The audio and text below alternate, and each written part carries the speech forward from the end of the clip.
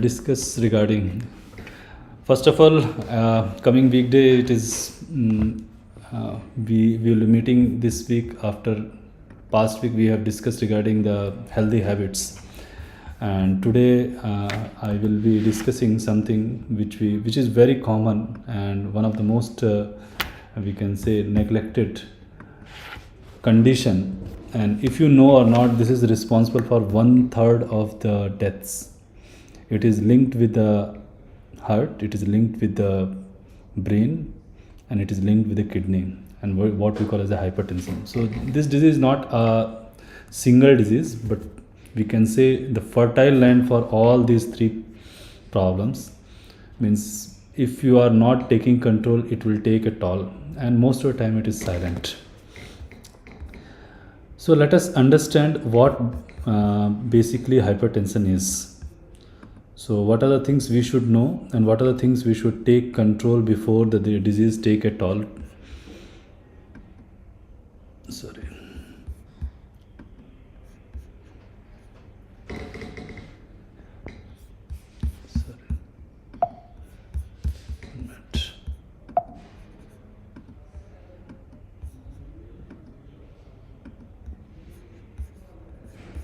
So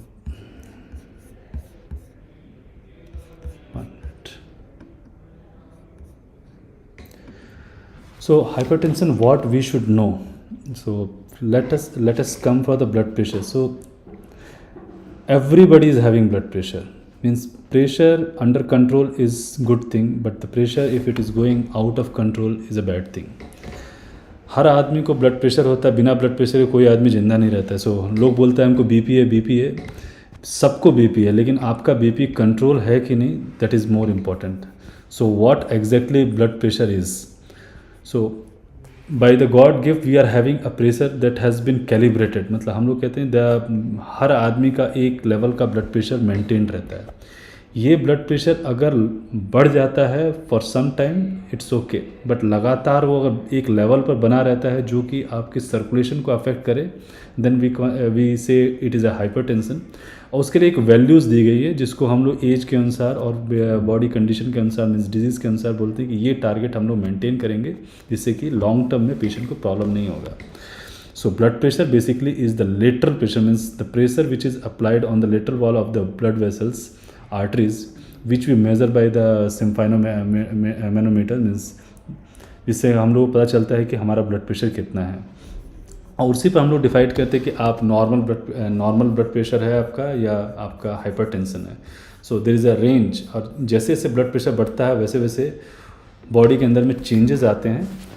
body में changes जो first start होता है that is start from the blood vessels, because directly जो सर्कुलेशन का जो अफेक्ट होता है, मतलब सर्कुलेशन कितना फास्ट इम्पैक्ट कर रहा है, that makes the difference in the vessel, and this vessel is feeding the all the organs. So what is normal, इस पर हर आदमी का या डॉक्टर्स का एक रहता है कि हमारा ब्लड प्रेशर 120/80 है तो नॉर्मल, अगर 120/80 से नीचे है तो लो ब्लड प्रेशर, और 120/80 से ज़्यादा है तो हाई ब्लड प्रेशर. ये डिफ़ाइन किया जाता है. और एक कॉमन मिथ कह लीजिए या कॉमन ये है कि 120/80 is the mark. So let me make the things clear. Blood pressure एक फ्लक्चुएटिंग वैल्यू है. कंडीशंस और आपके बैकग्राउंड, मीन्स आपका बैकग्राउंड इलनेस कैसा है, आप बैकग्राउंड में आप क्या किए हैं 24 आवर पहले या 4 से 6 घंटे पहले, उस पर ही ब्लड प्रेशर डिफ़ाइन होता है. डिफ़ाइन मीन्स आपका चेंज होता है. अगर आपको रात को नींद नहीं आई, आपको हेडेक है, आपको बॉडी में किसी तरीके का तकलीफ़ है जिसके कारण आपका ब्लड प्रेशर मे गो अप, सो वो ब्लड प्रेशर हाइपरटेंशन नहीं कहलाता है. ब्लड प्रेशर जो बिना कारण के बढ़ा हुआ हो, जो नॉर्मल रेंज में आपके सोने पर भी नहीं आ रहा है, या जैसे वो कहते हैं कि जब आप नॉर्मल कंडीशंस में रह रहे हैं, आपको कोई मेंटल टेंशन नहीं है, उस टाइम में भी और नीचे नहीं आ रहा है, तो हम लोग बोलते हैं कि आपको हाइपरटेंशन है. अगर इसको समझना चाहें तो जो नॉर्मल रेंज में ब्लड प्रेशर रहना चाहिए, जो कि 120/80 जिसका एवरेज माना जाता है, बट इट कैन बी 100/70 और 90/70 ड्यूरिंग स्लीप। और जब आप चलना फिरना शुरू करें उस समय 120 और 130 तक भी जा सकता है। लेकिन एक कट वैल्यू दिया गया है जिसको हम लोग बोलते हैं कि इसके अगर एबव जा रहा है और लगातार जा रहा है और मेंटेन रह रहा है, then we call as a hypertension. So ये जो नॉर्मल रेंज हम लोगों ने डिफाइन किया गया है, जो हम लोग की गाइडलाइंस होती है जो यूरोप और यूएस से चलती है, उसमें directly indirectly they have taken a value of 140 means 140/90। अगर आपका परसिस्टेंटली से ऊपर जा रहा है तो इसको कहा जाता है कि हाइपरटेंशन सेटअप हो चुका है और you are entering in the hypertension range. और ये लगातार मतलब आपके डाइट एक्सरसाइज होने के बाद भी बना रह रहा है विदाउट एनी कॉज मीन्स आपका day to day routine normal है और ये 140/90 से अब रह रहा है, तो we call as a hypertension. And यहाँ पर आपको ट्रीटमेंट और लाइफस्टाइल मॉडिफिकेशन की ज़रूरत पड़ेगी। मेज़रमेंट पर बहुत सारे क्वेश्चंस रहते हैं कि हम लोग जो घर पर मेज़र कर रहे हैं वो वेदर करेक्ट है कि नहीं। So 3 methods are there, that is a mercury sphygmomanometer, जो कि प्रीवियसली हम लोग कह सकते हैं कि ज़्यादातर हॉस्पिटल्स में यूज़ होते थे, जिसके लिए नर्स की ज़रूरत पड़ती थी या डॉक्टर की ज़रूरत पड़ती थी। एंड फाइनली आपको एक स्टेथोस्कोप चाहिए और इनडायरेक्टली आप एक ब्लड प्रेशर को इसमें मेज़रमेंट करते थे with some skill. But due to the ability of digital BP instrument, it is very easy. इसमें जो डॉक्टर काम करते थे सेम थिंग इसमें आपका डिजिटल टूल करता है, डायरेक्टली और indirectly it gives almost similar value. So अगर आपका डिजिटल बीपी बढ़ा हुआ है तो इसका ये मतलब नहीं है कि आपका मर्करी का नॉर्मल हो सकता है या वो उसको हमको कोरिलेट करना है। लगातार एक जैसी वैल्यू आ रही है, इसका मतलब है कि आपका ब्लड प्रेशर बढ़ा हुआ है। एंड सर्टनली कुछ टाइम में हम लोग पेशेंट्स को ऑप्शंस भी देते हैं कि आप हम लोगों के क्लिनिक या हॉस्पिटल में जो आपका बीपी है वो बढ़ा हुआ है, you go and measure at your home with your normal जो भी आपके पास डिजिटल बीपी इंस्ट्रूमेंट है। अगर ये दोनों मैच कर रहा है मोस्ट ऑफ द टाइम, तो आप ये इनडायरेक्ट फीचर है कि आपको हाइपरटेंशन डेवलप कर चुका है। एंड ये दोनों टाइम रेज होने का मतलब है कि बीपी आपका बढ़ा हुआ है। एंड वो इन्वायरमेंट मीन्स कभी कभी लोग क्लिनिक और हॉस्पिटल में आने पर थोड़ा से नर्वस हो जाते हैं, उस समय बीपी शूट अप कर जाता है। सो हम लोग कहते हैं वाइट कोट हाइपरटेंशन। सो वो होने में भी हम लोग इसका इस्तेमाल करते हैं। एंड एक बार अगर आप बीपी नापने की मशीन घर पर रखते हैं तो it is easy to know जैसे आपका ब्लड प्रेशर नॉर्मल रेंज में रह रहा है या नहीं, दोनों चीज़ भी क्लियर होता है। And sometime it is a mark of health also कि अगर आपको पता है कि आपका ब्लड प्रेशर नॉर्मल रह रहा है, किस टाइम से अब नॉर्मल हुआ उसको आप ट्रीट भी कर सकते हैं। एंड्रॉयड टाइप का जो रहता है it is almost same, but difference ये कि इसमें without mercury we are checking it. Coming to the cause, and that is the hardship of medical science. जितना भी हम लोग रिसर्च कर चुके हैं या जो कुछ भी कर रहे हैं, अराउंड 90 to 95% पेशेंट्स में हम लोगों को ये नहीं पता है कि उनको हाइपरटेंशन हुआ तो क्यों हुआ। And then it comes we define as essential और primary hypertension. So 90 to 90% patients में बीपी का कारण नहीं पता होता है और 5 से 10% पेशेंट्स रहते हैं जो कि हम लोग जब इवेलुएट करते हैं there are some blood markers, hormonal issues और there are something which we can treat and it become normal. Means यहाँ पर हम लोग को सिर्फ बीपी नहीं, वो कारण को भी देखना होता है और वो कारण को अगर अर्ली स्टेजेस में ट्रीट किया जाए तो you may get totally cured from the hypertension.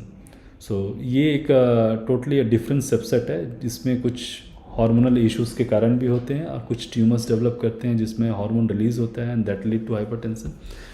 और कुछ कंडीशंस रहते हैं जहाँ पर खून की नलियों में रुकावट आ रही रहती है जिसको कहते हैं कि रीनल आर्टरी स्टेनोसिस। अगर वो ब्लॉक किडनी में आ रहा है, सर्कुलेशन में आ रहा है और वो मेजर है, तो उस कंडीशन में अगर हम लोग खून की नलियों को ओपन करते हैं तो कभी कभी ब्लड प्रेशर जो कि अनकंट्रोल था वो कंट्रोल में आ जाता है। And sometime it may be the primary also. So renovascular hypertension एक वन ऑफ द कंडीशन, इसमें कितनी मेडिसिन दिए कभी कभी कंट्रोल नहीं होता है। कमिंग टू द सिम्टम्स, सो पहला चीज़ बोलना चाहेंगे, it is a silent disease. Most of time ये साइलेंट होता है। लोगों को एक वो रहता है कि हमको ब्लड प्रेशर नहीं हो सकता है, या हमको ब्लड प्रेशर का कोई सिम्टम नहीं मिलता है। लेकिन कुछ लोग जो कुछ सिम्टम्स बने हुए हैं जिसका इवेल्युएशन में पता चलता है कि पेशेंट को हाइपरटेंशन, लाइक किसी को फैटिक हो रहा है, हेडेक हो रहा है, या विज़न में प्रॉब्लम आ रही है, या difficulty in breathing, irregular heart beat, urine में change of the colour, mostly red colour हो रहा है, या पाउंडिंग सेंसेशन, या चेस्ट में। तो ये सब ऐसे इवेल्युएशंस हैं जो कि हाइपरटेंशन के साथ भी हो सकते हैं, या इनके कारण हाइपरटेंशन पकड़ में आता है। ये कारण नहीं होते इनमें। ये सिम्टम्स अगर आपको आ रहे हैं, मतलब आपको थकावट हो जा रही है, सिर दर्द हो जा रहा है, विज़न में मतलब आँख में, तो ये कुछ कारण होते हैं जो कि हाइपरटेंशन के साथ एसोसिएटेड होते हैं, but they are not the reason.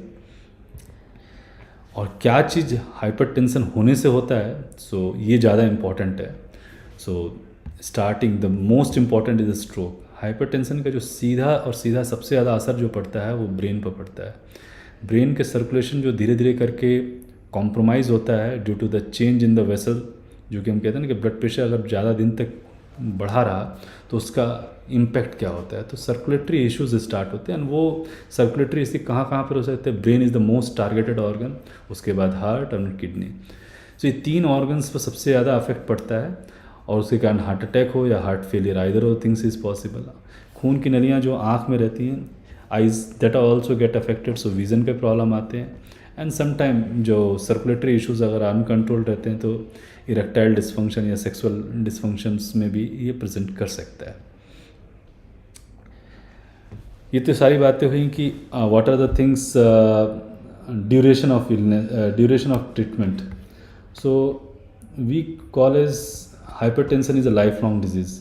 अगर आपका ब्लड प्रेशर बढ़ गया, और we know that it is a primary hypertension means essential hypertension, so इसका कारण हम लोगों के पास नहीं है, और जो मेडिसिन देते हैं उससे हम लोग कंट्रोल करते हैं। एंड मोस्ट ऑफ टाइम जो मेडिसिन देते हैं तो ब्लड प्रेशर नॉर्मल हो जाता है, और पेशेंट्स को ऐसा लगता है कि उनका ब्लड प्रेशर नॉर्मल हो चुका है, so there is no need of any medication. So let us make the things very clear for everybody. Life long medicine is needed, and reason it is a life long disease we are controlling. हम लोग उसको दवा दे के control करते हैं, लेकिन with time it may gate with the same medicine it may get uncontrolled, and sometime it may get low blood pressure also. So दोनों होने पर हम लोग को डोज चेंज करना होता है, and sometime due to medical illnesses we may omit. Hospital में आने के बाद आपका ब्लड प्रेशर बहुत लो था, उस समय आपको इन्फेक्शन था, तो उस कंडीशन में हम लोग ब्लड प्रेशर की मेडिसिन को कुछ दिनों के लिए रोकते हैं, और हो सकता है कि आपका डिस्चार्ज होने के बाद कुछ दिनों तक, हफ्ते भर 2 हफ्ते तक आपका ब्लड प्रेशर नॉर्मल हो विदाउट मेडिसिन।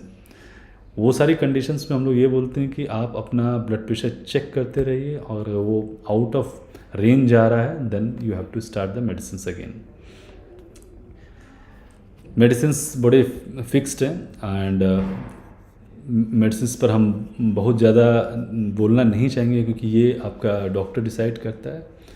बट आपको ये पता होना चाहिए कि कौन कौन सी मेडिसिन्स होती हैं। सो उसके लास्ट के टर्म्स अगर आप देखेंगे तो उससे कुछ पता चलेगा। और इसमें जो सबसे इम्पॉर्टेंट चीज़ है जो बताना बहुत इम्पॉर्टेंट होता है कि अगर आप अल्फ़ा ब्लॉकर, ओआइसिन लगा रहता है जो प्राजोसिन और इसके नाम से आता है, या आपका बीटा ब्लॉकर, ये 2 मेडिसिन अगर चल रही हैं, इसको कभी भी एक पैक एक नहीं छोड़ना होता है। अगर आप इसको छोड़ते हैं तो ब्लड प्रेशर रिबाउंड इंक्रीज़ करता है, and it is one of the important reason कि कितने लोग जो होते हैं फास्टिंग के टाइम में इसको बंद कर दिए या ऑलरेडी ले रहे होते हैं। जो रिबाउंड इंक्रीज़ होता है उसके कारण स्ट्रोक आने के रिस्क बहुत बढ़ते हैं। बहुत सारे पेशेंट इसी को लेकर स्ट्रोक की पूरे साल भर लिए 3-4 दिन उन लोगों ने may be went for the outing, और कुछ फंक्शंस थे उनने बंद किया या उसमें लेना भूल गए, और ब्लड प्रेशर इतना बढ़ा कि जो ऑर्गन्स थे ब्रेन के जो वल्नरेबल सर्कुलेशन था उसमें कॉम्प्रोमाइज़ हुआ और स्ट्रोक आ गया। So these 2 medicine, alpha blocker और बीटा ब्लॉकर, पर वैसे कोई भी मेडिसिन आप छोड़ते हैं तो उसका रेंज रहता है, लेकिन इसमें सिर्फ घटने वाला पार्ट ही नहीं रहता कि घटाता है, अगर आप छोड़ते हैं तो उसको और बढ़ाता भी है। मिथ अबाउट द हाइपरटेंशन, मतलब कुछ चीज़ें होती हैं, बहुत लोग बोलते हैं कि हमको ब्लड प्रेशर हो ही नहीं सकता जो हम बोले थे, या हमको गुस्सा आता नहीं है, या हमको सिर दर्द नहीं है। So it is a silent killer, what I told, कि सब कुछ चुपके आतंकवादी जैसे काम करता है, आपके बॉडी में ही रहता है। नॉर्मल रहता है तो कोई बात नहीं, लेकिन जब अब नॉर्मल रहता है तो भी साइलेंट रहता है। और जब बढ़ता है तो जो सिम्टम्स थे जो आपको बताए कि पेशेंट को स्ट्रोक, हार्ट फेलियर और हार्ट अटैक और किडनी फेलियर कुछ भी हो सकता है इसमें। सो इसका अटैक इसी तरीके का रहता है, इसीलिए हम लोग इसको कहते हैं साइलेंट किलर। और ये फैक्ट है, around 78 million people in adults are having hypertension. और उस सबसे चौंकाने वाली बात यह है कि 1/3 of the patients who are hypertensive they are taking medicines, and 1/3 even taking the medicine they are uncontrolled. So अगर 3 मरीज आपने देखे तो 3 मरीज में एक तिहाई मरीज ही बीपी के मेडिसिन लेते हैं, और 1/3 मरीज ही ऐसे होते हैं जो कि प्रॉपर डोज में लेके अपने ब्लड प्रेशर को कंट्रोल करते हैं। ब्लड प्रेशर का मेडिसिन लेने का मतलब नहीं होता है कि ब्लड प्रेशर कंट्रोल हो गया, it has to control, and उसमें फ्लक्चुएशंस होते हैं, मेडिसिन का चेंज करने की ज़रूरत पड़ती है। और उसमें डोजिंग जो रहता है, it is not a single dose that is going to take care. Most of time एक सिंगल डोज से हम लोग कंट्रोल कर लेते हैं, but over the time, over the period there is changes, and changes as we know is a rule for nature. So BP की बीमारी भी एक जैसी स्टैटिक नहीं रहती है, and that's why I was saying कि 1/3 पॉपुलेशन को पता है कि ब्लड प्रेशर है, बट या तो मेडिसिन नहीं लेते हैं, या जो लेते हैं उसमें 1/3 ऐसे मरीज रहते हैं जो कि उसको कंट्रोल भी, उनका कंट्रोल है कि नहीं उससे फ़र्क, उनके लिए ज़्यादा फ़र्क नहीं करता unless the complication is happened. So अगर आपको हेडेक नहीं हो रहा है या आपको गुस्सा नहीं आ रहा है, इसका मतलब नहीं है कि आपको बीपी नहीं है। अगर आप बहुत शांत रहें तो ऐसा मत सोचिए कि आपका बीपी नहीं हो सकता है। इन ऑल दो situation can happen. BP is silent silent silent. आपको जब तक मेज़र नहीं करेंगे आपको नहीं पता चलेगा। What happen when I will not take the medicines, ये ऐसा एक बहुत सारे मरीज हम लोगों के पास आते हैं। कुछ लोग बड़े जागरूक रहते हैं, बोलते हैं कि सर अगर मैं 3 साल तक नहीं लिया मेरे को कोई प्रॉब्लम नहीं है, एंड पता नहीं फिर से क्यों बढ़ गया, बीच में मैं ठीक हो गया था, मेरे को उस समय टेंशन था, और अब अभी आप बोल रहे हैं कि मेरा blood pressure, if I am not taking medicine what will happen. So the most important thing that we should know that कि अगर ब्लड प्रेशर आ चुका है आपको, आप अगर मेडिसिन 1 या 2 दिन नहीं लेते हैं, नहीं स्टार्ट किए, it is not a big decision, because ये लाइफ लॉन्ग डिसीजन है। आप टाइम लीजिए, समझिए, क्योंकि इसमें आप कंट्रोल 1 दिन के लिए नहीं कर रहे हैं, आप लाइफ लॉन्ग के लिए कर रहे हैं। एंड इसलिए ये ज़्यादा इंपॉर्टेंट रहता है कि आप एक लाइफ लॉन्ग प्लान भी कि हमको हाइपरटेंशन का ट्रीटमेंट लेना है। Either it is a modern medicine, means allopathic medicine, यूनानी मेडिसिन, आयुर्वेद और होम्योपैथी। आपको किसी एक डॉक्टर के फॉलोअप में रहना है, उनके प्रिस्क्राइब मेडिसिन को फॉलो करना है, और उसको बाद में इवेल्युएशन करना है। इफ़ यू आर नोइंग और not taking medicine is something we call as inviting the problem. And problem क्या है? Starting with stroke, heart failure. ये एक दिन में नहीं होगा, लेकिन किस दिन होगा किसी को नहीं पता, क्योंकि ब्लड प्रेशर का जो इफेक्ट होता है क्यूमुलेटिव होता है। धीरे धीरे करके खून की नलियों के अंदर में जो मसल्स होते हैं उसको चेंज करता है, उसके सर्कुलेटरी इश्यूज में एंटर करता है, एंड फाइनली जो ऑर्गन जिसमें ब्लड प्रेशर बढ़ा हुआ है पर्टिकुलरली कभी कभी वो बर्स्ट करता है या उसमें सर्कुलेशन नहीं मिलता है, and then patient start having the symptoms. So very easy to control the disease, but हाँ, अगर आप एक्सपेक्ट करें कि मैंने मेडिसिन नहीं लिया तो I am safe, it is a very unsafe thing. So आपको heart attack, stroke, kidney failure, eye damage और heart failure, anything can happen.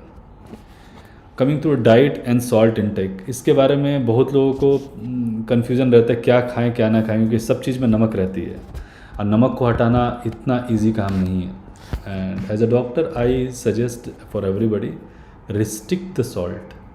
Salt restriction का मतलब होता है आप ऐड ऑन मत कीजिए, जो खाना रहता है उसमें जितना सॉल्ट बाकी लोग ले रहे हैं आप भी लीजिए। ऐड ऑन का मतलब होता है जैसे सलाद्स में जो सलाद्स में जो हम लोग डालते हैं या दही और चावल में डालते हैं, उसको आपको कट डाउन करना है, उसको हटा देना है।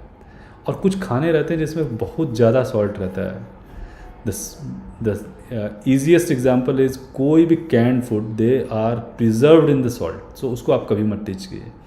The food which are ready to eat और जंक फूड, ये सबको कहने की ज़रूरत नहीं, everybody know they are good for nothing, only for the taste bud. So taste bud को अगर आप नर्चर करना चाहते हैं तो ये सब लीजिए, लेकिन हेल्थ के लिए ये सारी चीज़ें अच्छी नहीं है, not only for hypertension, for anything. So pickles, papad और ये सारी चीज़ें जितना हो सके आप अवॉइड कीजिए। और सॉल्ट का जहाँ जहाँ इनटेक लिखा रहता है, मतलब फूड मटेरियल में, उसमें देखिए कि उसका सॉल्ट इनटेक कितना है, सॉल्ट का कंटेंट कितना है, और उसके अनुसार आप डिसाइड कीजिए। As per the medical norm we से 2.3 milligram of your common salt you should avoid, but वो मेज़रमेंट प्रैक्टिकल नहीं होता है। आप अपने खाने में जितना सॉल्ट को रिस्ट्रिक्ट करते हैं, you are just reducing the burden on the heart, because heart को ही पंप करना रहता है सारे ब्लड को, और जैसे ही सॉल्ट बढ़ता है बॉडी में फ्लूइड रिटेंशन होता है, it absorbs a lot of fluid and आपका बॉडी वेट बढ़ता है, and at the same time it give a stress to the circulation also. Exercise and yoga, so exercise and yoga is good, single word. और जहाँ कहीं भी हो आपको ये दोनों चीज़ करना चाहिए, दोनों से आपके ब्लड प्रेशर कंट्रोल होता है, ब्लड प्रेशर की मेडिसिन रिड्यूस होती है। यस, ब्लड प्रेशर जब तक कंट्रोल नहीं है, you have to go bit slower, you should not try to do all the exercise on the day 1 of your diagnosis. Blood pressure के control होने के बाद आप सारी एक्सरसाइज कर सकते हैं। जो एक्सरसाइज जिसमें आपको ब्रेथ रोकना पड़ता है, वो सारी एक्सरसाइजेस को अवॉइड करना चाहिए as much as possible. And yoga में मेडिटेशन इज़ वन थिंग जो कि आपके ब्लड प्रेशर को रिड्यूस करता है। सो इसके बारे में बहुत ज़्यादा बोलने की ज़रूरत नहीं, अगर आप कर रहे हैं तो इट इज़ गुड।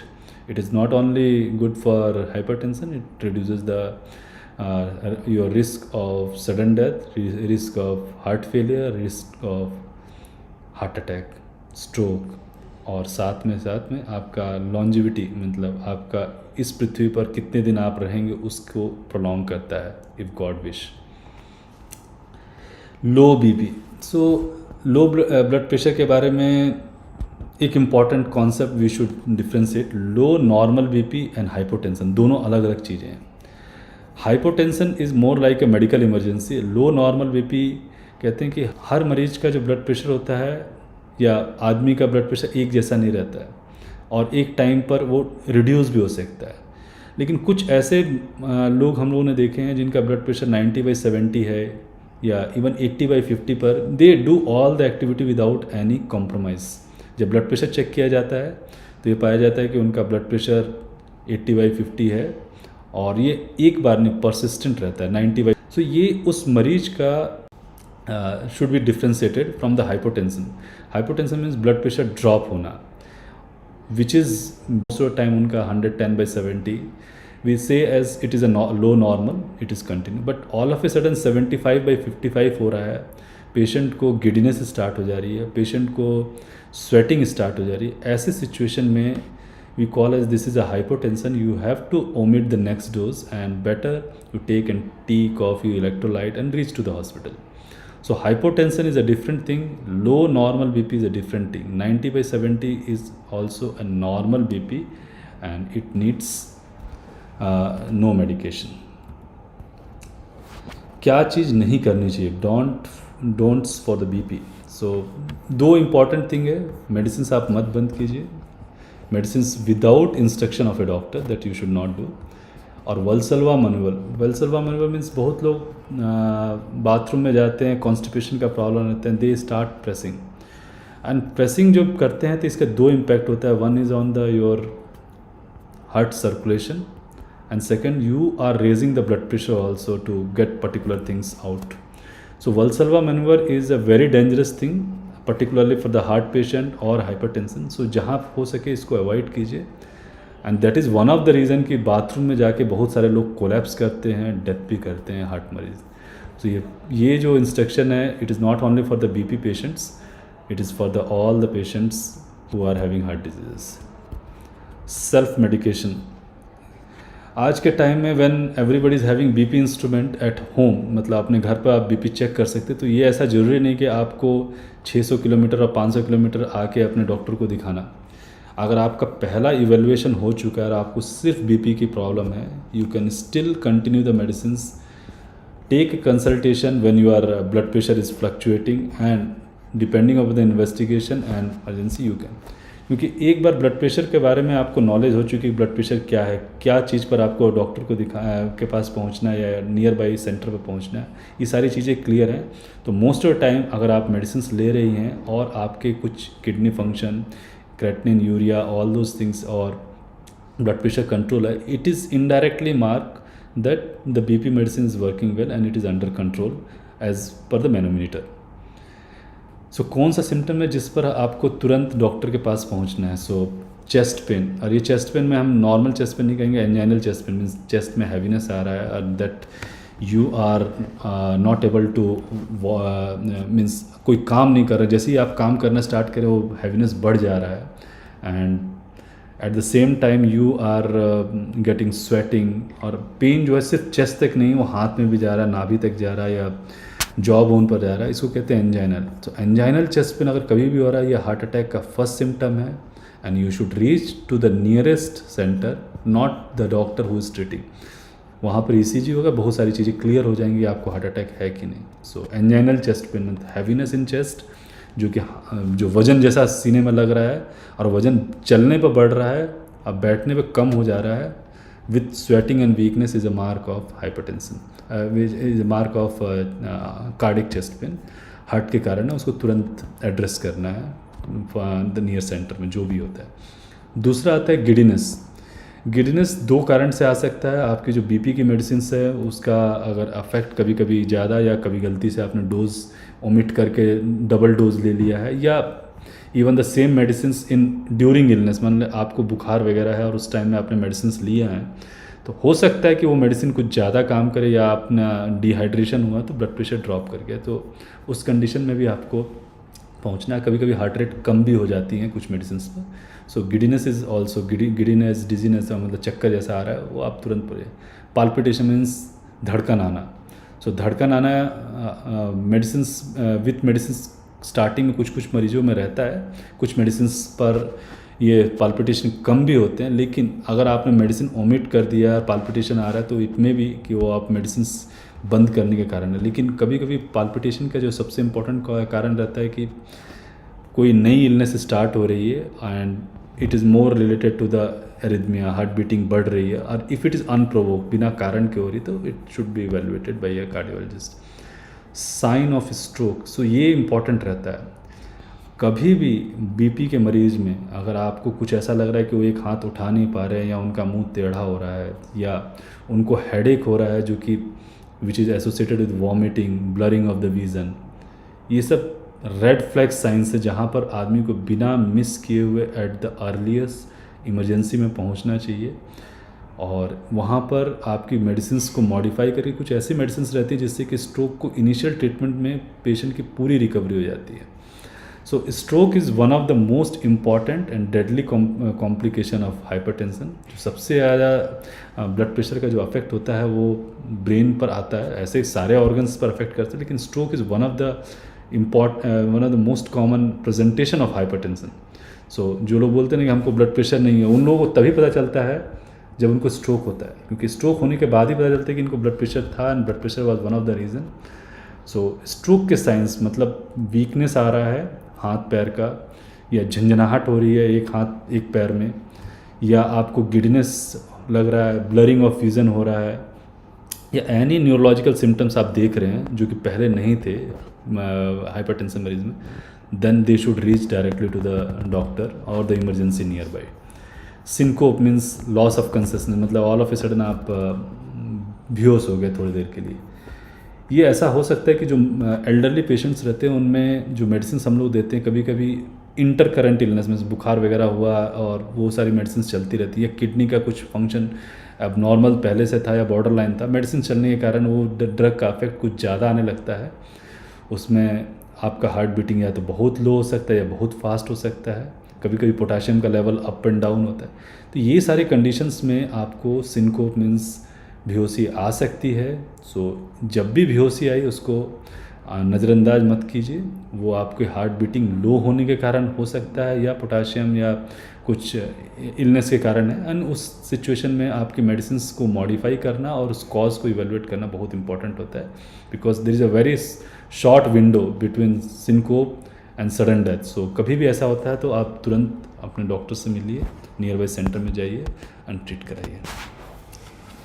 और ये सारी चीज़ तो बता दी कि this is a domino effect, एक ऑर्गन एक चीज़ से आप सारी चीज़ों को कंट्रोल कर सकते हैं। सो आप अगर ब्लड प्रेशर को कंट्रोल करते हैं तो इतनी सारी इलनेस, मीन्स कहते हैं कि ऑन हाइपरटेंशन का जो के कारण जो स्ट्रोक होते हैं, vision loss, heart attack, heart failure, kidney failure, sexual, all things can be well control if you are taking control of only one thing, that is blood pressure. So इन सब चीज़ों के साथ just I will wind up, and if you want to reach us, certainly we will be there to help you out if you are having hypertension. and इसके बाद अगर आपको कुछ क्वेश्चंस क्वेरीज रहते हैं, certainly I will be happy to answer. Let me see the chat box. Yeah, so I think कुछ questions आए हुए हैं।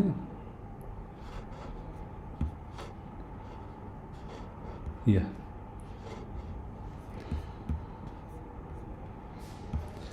सो next Friday we will again meet.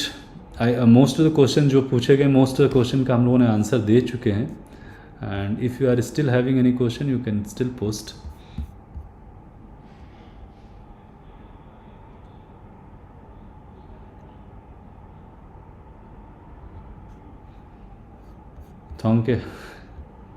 Thank you mister Bhatnagar, Avinash, Murali.